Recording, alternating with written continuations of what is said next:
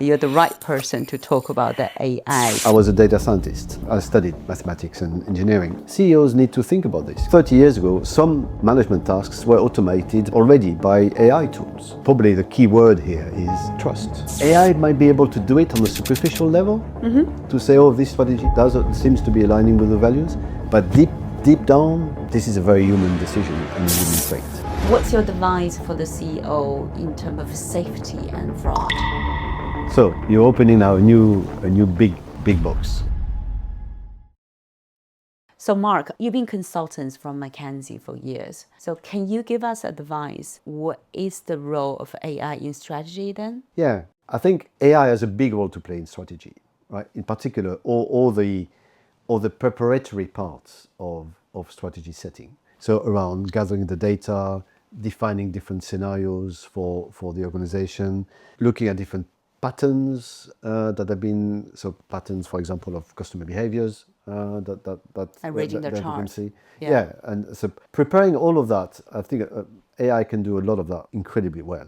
As long as you're feeding the data correctly. Exactly. Yeah. So as a strategy consultant, we spend a lot of time, and in those days we didn't have AI, so we spent a lot of time gathering data, understanding the business in detail, the environment of the business in detail, and then we had brainstorming sessions with the CEOs and the board to define the strategy going forward. Right?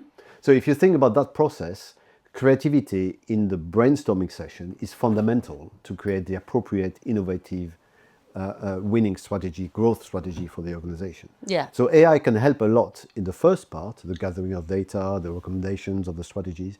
But the bit which is more difficult today for AI is the creativity in designing these innovative strategies that will make a difference. Whatever AI is saying, whatever AI is suggesting, leaders should still own whatever decisions have to be made. But in terms of suggesting strategies, making some simulations, all of that is, AI is absolutely brilliant at that.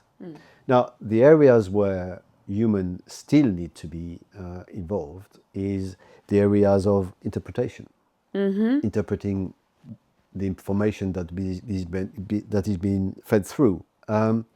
Timing of a strategy, that also can, because there are so many different factors that can influence the timing of I don't know, an acquisition strategy or a growth strategy. So that's a slightly more subtle, and AI might not fully be helpful here. The third word I was going to use, and this is where AI today cannot help, is the word courage. Courage. When working with CEOs and defining strategies, at the end of the day, CEOs have to have courage when they choose a strategy and they choose a path.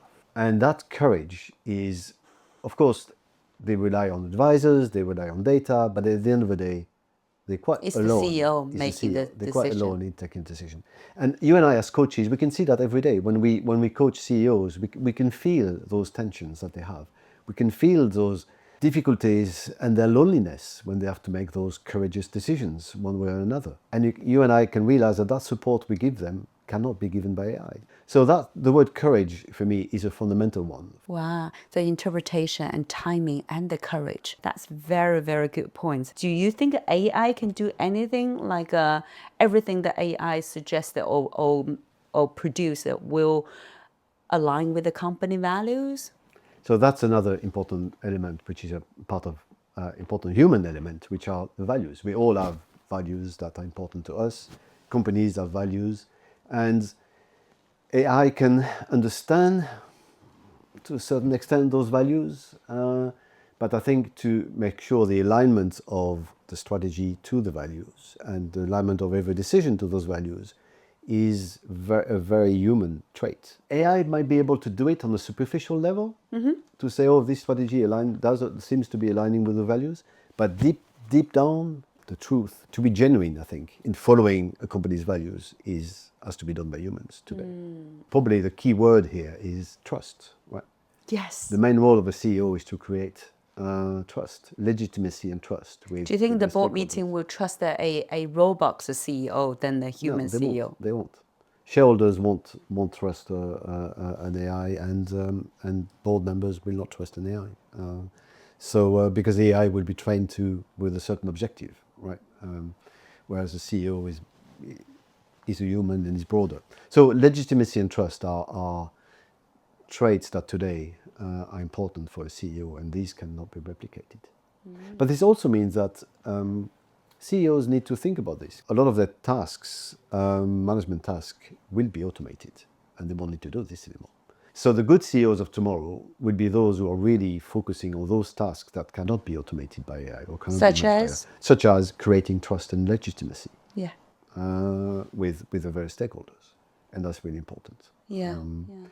And that's also, for me, adds another point, because to create trust and legitimacy in an AI world, we were going back to the point I made earlier, you still need to own the decisions that you make. Even if AI supports you, guides you, but you still need to own the decision that you make, because your stakeholders will trust you to have made those decisions. Rather than a robot. Not a robot. Yeah. Yeah. So we're going back to that ownership piece, which is really important. What's your advice for the CEO in terms of safety and fraud? So you're opening now a new big box, right? Yes. For AI. Yes.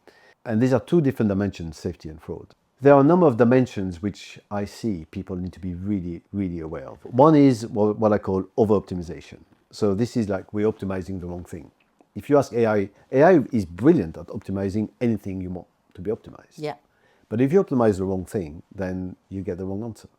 So if you optimize for short-term profit, you will have suggestion for strategies that would optimize for profit. If you talk about operations, if you want to optimize your operations for cost reduction, AI will make suggestions to optimize fully for cost reduction and might not take into account other dimensions such as customer service, long-term values, employee engagement, and all of that. So that's the first thing. The other one is what I call KPI distortion. So if you ask AI to give you some KPIs that the business needs to work through and manage, it will give it to you. But again, are these KPIs appropriate for the different areas of the business? Is it appropriate for medium term and long term? Again, we need to walk through that and make sure that you're in line with that. It's practical. Yeah. The other one is what I call the automation bias. That people, for some reason, in business tend to trust more decisions that have been made by AI. Oh, really? Yeah, we as human in business, we usually tend to trust the machine more because the machine appears to be impartial. Yeah. Structured, full of data. Exactly, and it's They rigorous. trust and the there's machine than their brain. But I've seen many examples where the machine was trusted, but the data that was input into the machine was incorrect. Yeah.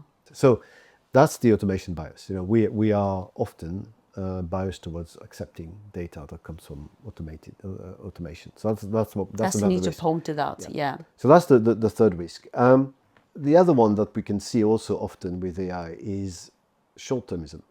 What do you mean? So AI recommended decisions will often be focused on short-term impact because that's the easiest to model. Oh, okay. From the model, yeah. If you ask AI to recommend a decision, recommend a strategy, recommend something, you will give it the objectives you want to achieve, and quite often these objectives are short-term. So customer service you mentioned earlier, that's a good example. Very often we want to optimize for short-term customer satisfaction, for example. But that could be at the detriment of more longer-term relationship for the customer. And we talked about the value earlier. So also those decisions can be... And also stakeholder detrimental. trust. Exactly. If you only focus on the short term. Exactly. Who take care of the long term? That's the humans. Has to be the That's the humans. okay. The other one is, and we mentioned this a little bit, is the loss of human judgment. And that's one of the risks. Because if we rely too much on AI, that as humans we will stop making decisions, we'll stop judging, we'll rely too much on AI, and then we will lose our own ability to make decisions or to judge. So that's a more of a long-term risk for AI, but we need to watch it. And then the last one is one that you and I will recognize is this is what I called the diversity of human decisions. When you're in a company with people from China or from France or from Germany, you get the diversity of inputs, which you usually generate better decisions. Yeah. Right? Yeah. And if you use AI systematically for all decisions, you will lose that. Yes. You will lose that variety of approaches, emotions, ways of looking at the world, And I think that's another risk as well. I see a lot of CEOs they basically using a lot of AI because it's really improved the efficiency, right? And then also the urge the whole company learn the AI and then improve the efficiency, of course. And therefore, the company culture is all very AI language, that type of things now. So what do you think about that? This team inspirations and it's all AI language. So, there's the example people talk a lot about is that people sending email written by AI to somebody, and then the other person use AI to reply, and then in fact it's just two AI machines talking to each other, right? And no longer humans. Yeah. So it's quite ironic that AI is coming after the COVID time, where we've now started to work more remotely. Because it would have been a very different story if AI had come when we were still working face to face in the office. Oh, why is that? Why? Because if you work remotely, you are less likely to communicate with other people at the coffee machine. Yeah. And this is why we see a lot of trends of companies now asking their employees to come back in the office, right? And I think that's really important in the world of AI, to have that human connection. Human connections. And it's even more important in the world of AI. Okay. Yeah. I guess that's also shows the ability to be able to understand the culture norm, because we human beings, we develop those culture norm and mutual understanding over thousands of years. And then if you're not, I can see generally it's a yes for some culture, but might be a no for different culture. AI wouldn't be tell the differences, right? And then also the reading of the boardrooms. Yeah, that's very true. So AI can pick up quite well some cultural differences, but not the more ingrained personal ones developed through years, and as you say, thousands of years of cultural development. And I think that's more difficult to pick up. Yeah. So my next question is, who gonna inspire the team? If the company using AI, what sort of energy in the organization? What's the AI's roles? What's the CEO place in terms of creative a healthy company culture? Yeah. And I love your question, Jojo, and that goes to the point of the organization you and I work together in, which is Energizing Leaders, yes, right? Which is a great name, with energy. So, that's an area where AI cannot play a role, providing that energy to the organization to move forward. Can we explain what sort of energy is that? Is that the energy from the universe, or is the energy from the gas and the electricity? Yes. Oh, your aura? What is the energy you talk about in terms of an organization? So the energy is what is the fuel that makes organizations move forward and people move forward, right? Yes. If we think about transformation, which all companies have to go through one way or another, transformations need planning, they need data, they need decisions, they need strategies, they need structures, they need project plans. All of that is brilliant, and all of that can be supported by AI. But for transformation to work appropriately, you need people to be fully engaged and energized, right? And providing the energy to the people can only be done by humans. And this is where the role of the leader is absolutely fundamental. So as a source of energy, that's the piece which is critical for a leader, and that cannot be automated or changed by AI. And this is the work we do, right, every day with Energizing Leaders, understanding the energy of the leadership team, understanding the energy of an organization, understanding where the energy comes from for each individual leaders. Where does it come from inside them? What is creating their own energy? What are the traits of the character, the personality that is creating that energy? Once we understand that, we can also see where are they directing the energy towards within the organization and the people. How does their energy manifest itself? How does it reflect? How does it shine through organizations? Yeah. And how does everybody within the organization pick up and create their own little energy Yes. to move forward. Yes. So all of that concept of energy is something which is more than ever fundamental within organizations. So then how to use the AI then in terms of a strategy for CEO then?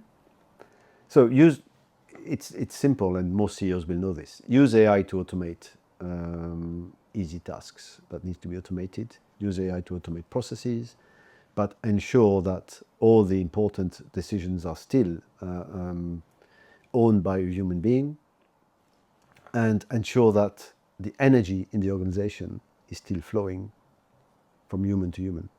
That's super important, right? All right, thank you so much, Marc, today for your sharings, and then lots of takeaways about the right attitudes and actions, what we should do with the AI and the leadership. Thank you.